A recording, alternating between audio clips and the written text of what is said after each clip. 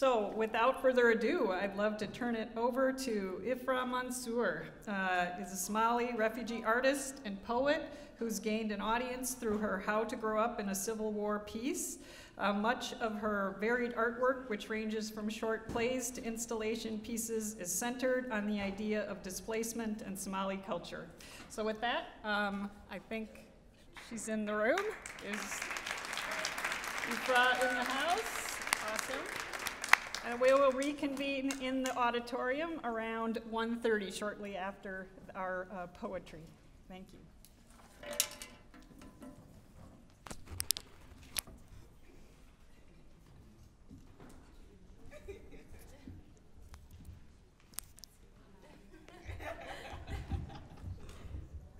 Today's the day where the girls don't do anything, the guys do all the work.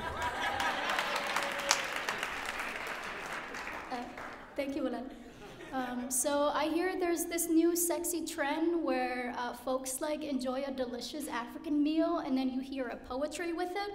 And it's a totally new thing. It helps you digest the food.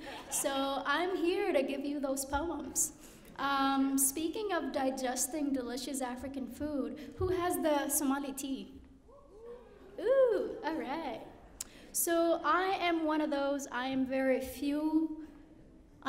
few Somali women that don't know how to make tea, Somali tea.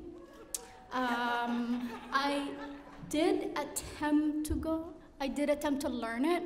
I tried, I brutally failed, but I got a beautiful poem out of it. So here's this poem. This poem also has a little bit of Somali words in it. If you don't understand it, it's okay. If you understand it, hey, Somalis. So here's, I see so many beautiful, fierce people. Hi, Mariam. Oh, hello. So the word shah means tea, shah. To make the perfect shah, start with a black hole, an intention to share it with a loved one. May they be thin or tall, round or husky, bonus if they can belly laugh themselves to sleep. Allow a time, a commitment of body and soul to be infused with spices. This is inevitable. Now you may begin. Pour part water, part milk in a tin pot that isn't shy to let aroma escape. You want to make sure your neighbors know your shah, so crack a window open too. Heat it to a warm embrace meant for a prestigious black queen like Hoyo, like Hawatako, like even Arawello. Add in a sermon of spices. May it be hale, orfe, sanjabil, dagayare, but know that the Somali spice comes with a history lesson, buried deep within a gabay, within a language as elusive as the content of a black hole. But ground yourself with a wooden spoon and stir away all thoughts of illness, for all humans were meant to enjoy the present, receive the past, and spice the future. Now, you know life is flavorful with a twist, right?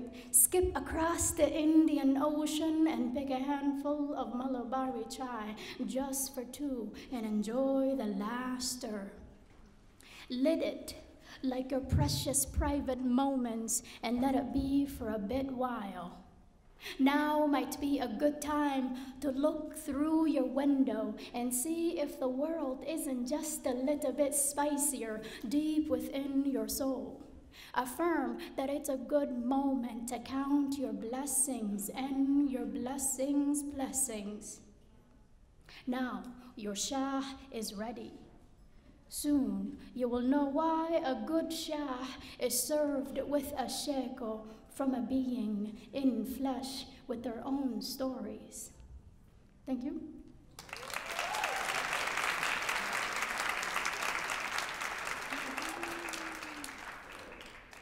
Okay, so I've got another poem for you.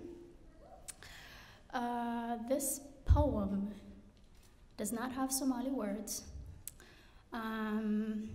And this poem is about the 65 million refugees that are around the world. It needs no introduction.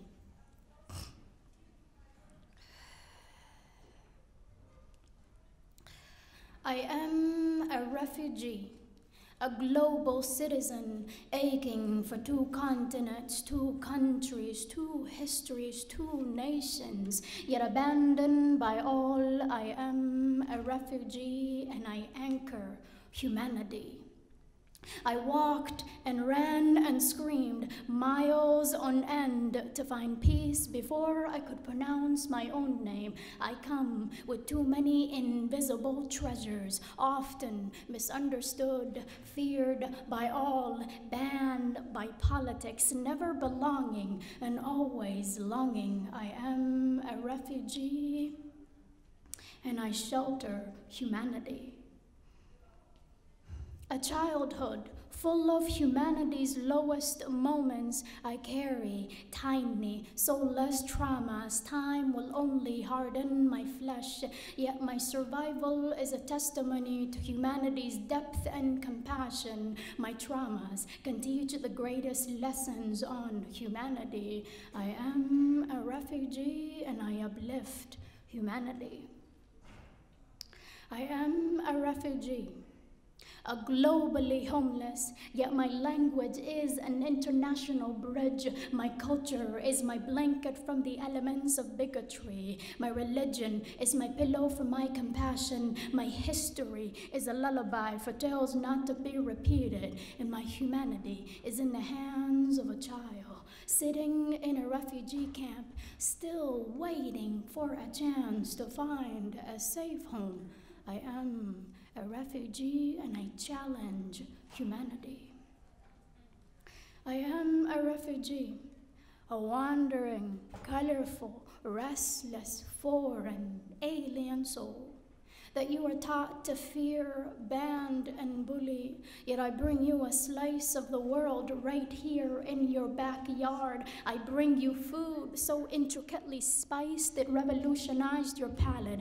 I bring you my vibrant fabric, hand woven with ancient, delicate wisdom that has diversified your closed-minded color wheels. I bring you my children, my precious only children, to share a history, a future with you. You and I are two stuck together to be this far apart. I am a refugee and I challenge humanity. I am a refugee, a stubborn survivor. You see, cruelty tried to break me, wars tried to erase me, bigotry tried to silence me, and politics tried to ban me, but still like time, I stand, still like dust, I rise, still like hope, I flourish, and still like love, I move. I am a refugee and I heal humanity. I am a refugee, a wandering, colorful, restless, foreign, alien soul. Won't you just let me find my humanity right here next to you? Thank you so much. Thank you so much for being women, for being brave, for taking care of us, those 65 million refugees around the world. Most of them are women, most of them are children. And it's going to take a woman to take care of all of us. Thank you so much.